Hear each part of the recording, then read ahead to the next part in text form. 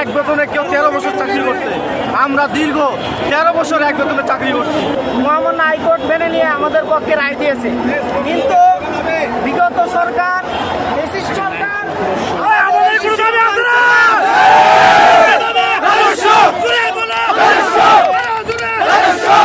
হাইকোর্টের রায়কে তোয়াক্কা না করে তাদের কালো আইনের মাধ্যমে আমাদের রাজস্বের রায়কে তারা ট্রাস্টে পরিণত করছে। আমরা এই ধরনের কালো আইন আমরা চাই না, মানি না। আমাদের এক দফা এক দাবি,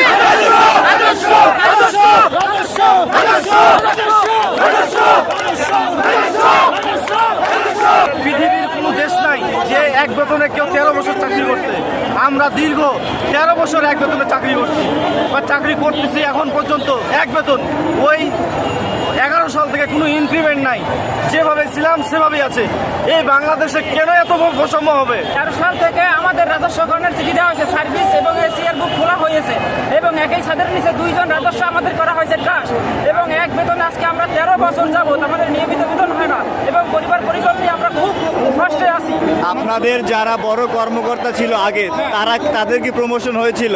আমাদের ঊর্ধ্বতন কর্তৃপক্ষ সবাই রাজস্ব কার্য থেকে আসছে। ঊর্ধ্বতন কর্মকর্তা তারা রাজস্বের, আমার কমিটি ক্লিনিকের স্বাস্থ্য সেবার রাজস্বের, FW রাজস্বের, শুধুমাত্র আমরাই বৈষম্যের শিকার। 11 সালে জয়েন করে 24 সাল পর্যন্ত আমরা বৈষম্যের শিকার, একই বেতনে আছি। আমরা রাজস্ব চাই স্বাধীন বাংলাদেশে, নবজাগরণ মুক্ত বাংলাদেশে বৈষম্য আর হবে না। আমরা চাই রাজস্ব, আমরা সত্যি আপনাদের ফ্যামিলি পরিজন নিয়ে এতদিন কিভাবে কাটাচ্ছে? সত্যি আমরা সবাই হতাশাগ্রস্ত। আমাদের অনেকেই অ্যাক্সিডেন্ট করে মারা গেছে, 200 জনের অধিক আমাদের সহকর্মী মারা গেছে। তাদেরকে একটা সুপারটা দিয়ে বিদা হয়, একটা টাকা দেওয়া পর্যন্ত দেওয়া হয় না। তাদের ছেলে মেয়ে অনাহারে অনাথ করা যাচ্ছে।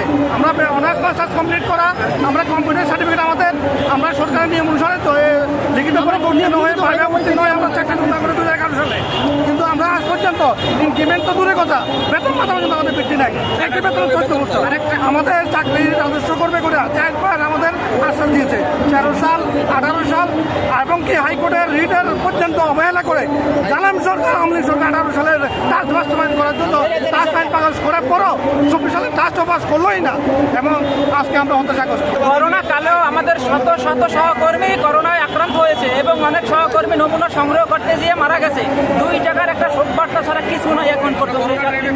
আমরা এটার ন্যায্য বিচার চাই। সারা বাংলাদেশে আমাদের কমিউনিটি ক্লিনিক আছে, এই কমিউনিটি ক্লিনিকে আমরা বিগত 13 বছর যাবত চাকরি করতেছি, কিন্তু আমাদের বিভিন্ন সময় বিভিন্ন আশ্বাস দিয়েছে, বিভিন্ন চিঠি দিয়েছে, কিন্তু আমাদেরকে রাজস্ব করে নাই। আমরা মহামান্য হাইকোর্টের দ্বারস্থ হয়েছিলাম। মহামান্য হাইকোর্ট আমাদের শোষিত বঞ্চিতদের, আমাদের CSCP জাতির প্রায় 14,000-এর উপরে তাদের দাবি মহামান্য হাইকোর্ট মেনে নিয়ে আমাদের পক্ষে রায় দিয়েছে, কিন্তু বিগত সরকার ফ্যাসিস্ট সরকার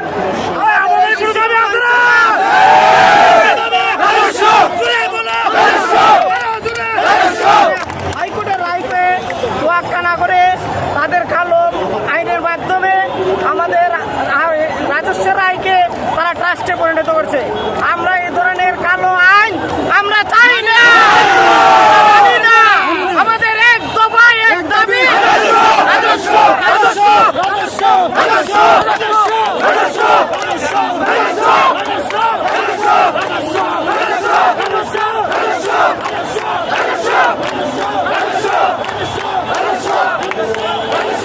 রাজস্ব করার চিঠি দিয়েও আমাদের বারবার প্রতারিত করেছে।